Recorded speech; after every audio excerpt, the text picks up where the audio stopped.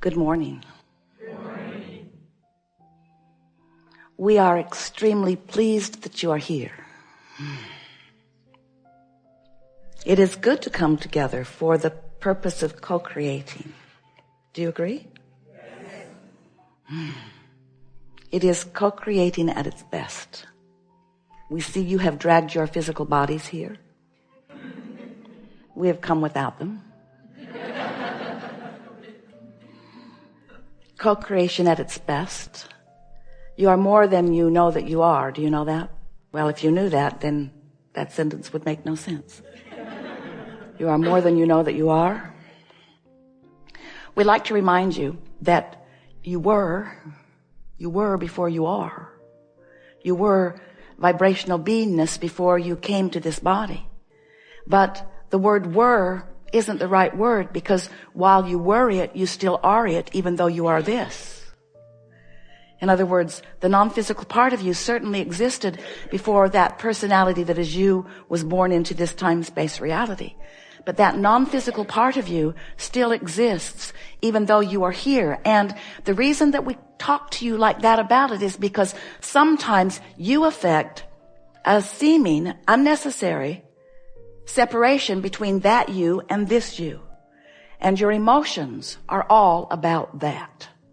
That non-physical part of you who existed before you came into this body is now the furthest, most expanded vibrational part of you, because as you sift through life and know what you don't want, and therefore identify sometimes more vividly than others what you do want, you emanate a vibration that the larger part of you receives and becomes. So every time you ask for an improvement of any kind, the non-physical part of you becomes that improvement. You like that? Becomes that improvement. Now, the question that this gathering is really all about is, when that broader part of you becomes the improvement, are you becoming it too? And the answer to that question is usually no, not right at the beginning, because you launched the rocket out of contrast, and you're usually a vibrational match to the status quo. You're usually a vibrational match to what you've been observing, which is what caused you to launch the rocket. But it takes focus to become a match to what you want. In other words, when you are in a situation where more money would be beneficial to you, and you're feeling the discomfort of not having enough money, you're launching a rocket that is requesting more money. And the vibrational part of you becomes more prosperous, becomes a further vibrational match to the attraction of that abundance. But you usually don't immediately, in the request for more money, begin to feel the prosperity that you've asked for, because it often is the not enoughness of money that has caused you to focus on that to begin with. And that's the vibration that you've got going on. And it is usually the vibration that you continue to perpetuate, because your physical reality that is being translated so clearly through your physical senses is so vivid to you. You're seeing it and hearing it and smelling it and tasting it and touching it. It's reality that has your attention. And we want to help you to give a little more of your attention to the reality that's in the making in terms of manifestation, rather than the reality that has already come into manifestation. So we're talking about momentum, because anything that is vibrationally active within you for a while gains momentum. And the more momentum it gains, the more reality you begin to observe around it, you see. So we are talking all day here today in vibrational terms. We're going to be talking to you about the way you can discern most accurately your vibrational frequencies. We're going to be talking to you about how you can discern your vibrational frequencies and then do something about it. But everything that we're going to be talking to you about today, with you about today, is that you are vibrational beings. You have a point of attraction. You have more ability to have control of your point of attraction than you've been exercising. We're going to demonstrate how relatively easy it is to gain control of your point of attraction. And then the real fun is going to be in the days that follow as a result of the resetting of your vibrational set point. That will happen here today. You're not going to be able to withstand the knowledge that we have about you. We know so clearly who you are and why you're here. And as you listen to us, even scantily, because we're persistent, as you listen to us, your vibration is going to move upward into the vicinity of who you are. So we want to call your attention now to this point of attraction, because this really is where all of your power is. You have the power right here and right now, and nobody else has that power for you. And you don't exercise it very well, but you're going to get better and better at it. You have the power right here and now to affect a vibration, to launch a vibration, to offer a vibration, to enact a vibration, to get a vibration going, to offer a vibration, to emit a vibration, to send a vibration, to send out a signal. You have the ability to do it right here, right now. So we're calling this your vibrational grid. It's like this is your vibration. You know how the frame of a house looks before the walls go up or even the roof goes on? It's a framework that will fill in with all of the textures and fabrics and details of your life. But it's a vibrational grid. That's where you stand. Right here. Right here. You stand here.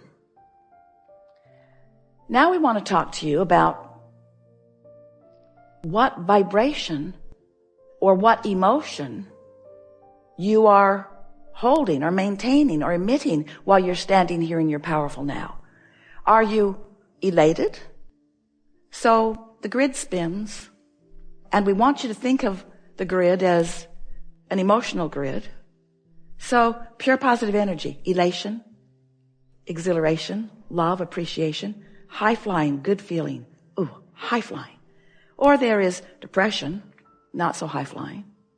Or there is overwhelmment, not so low but not so high flying. In other words, all of the emotions that you know, they equal these sort of spinning grids, these points of attraction. And you've got different grids on different subjects. And you've sort of got a medium grid. You've sort of got the grid where you usually hang out. So we're going to drive you a little crazy because we're going to call it your grid. We're going to call it your high-flying disc. We're going to call it your spinning grid. We're using every word that we can find because we want you to begin to understand your point of attraction and what you're doing with it. And even more important, we want you to understand the vibrational grid that you're choosing and its relationship to this high-flying vortex that is you. In other words, you can't set your radio dial on 98 FM and hear what's being broadcast on 93 FM. The frequencies have to match up.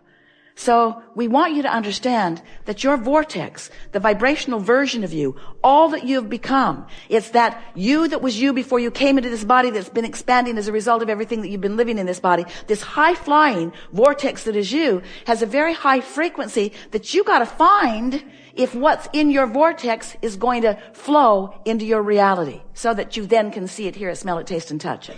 In other words, you've got to get on the wavelength of it or you're not going to realize it. You're not going to have the actualization, the realization, the manifestation, the demonstration. All of those things, all of those words mean the same thing. You're not going to know it in that truest, physical, visceral, this is the way I'm living, this is who I be sense, unless you are a consistent vibrational match to it. Does that make sense to you? You begin to get this invincible feeling when you understand that you are your point of attraction and that you can control your point of attraction. Then you begin to understand that you can carve out a path of least resistance to anything that you want. Better said, you can carve out a path of least resistance to anything wanted or unwanted. And do you know how you carve out a path of least resistance? By giving it attention. Because when you give it attention, you offer a vibration, and law of attraction brings more vibrations like it until a momentum begins to happen that carves out a path of least resistance between you and it.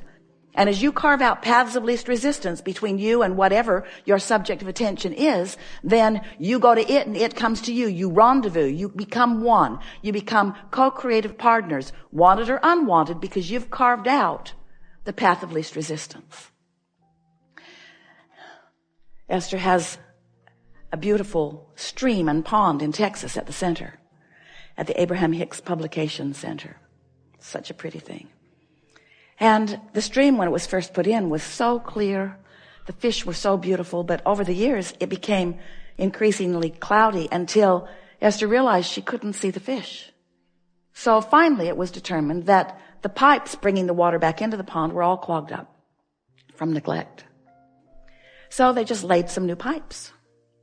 It was easier than digging the old ones out. It was easier than trying to clean the old ones out. They tried all of that. They just laid new pipes from the pump to the pond.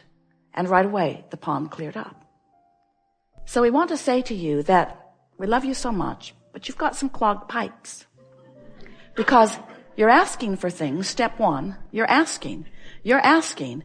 And non-physical, the universe, law of attraction, is delivering to you the results of your request.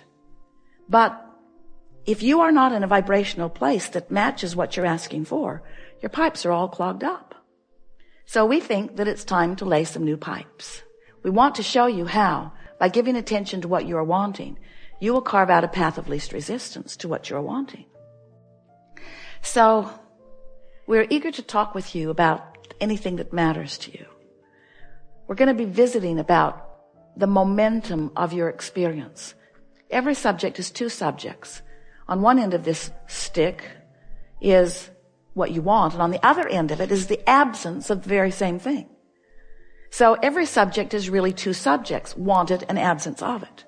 So when you give your attention to something, whether it's something wanted or the absence of something wanted, when you give your attention to it and you maintain your attention for as little as 17 seconds, another thought like it will join it. And that's that thought momentum that we want you to focus upon.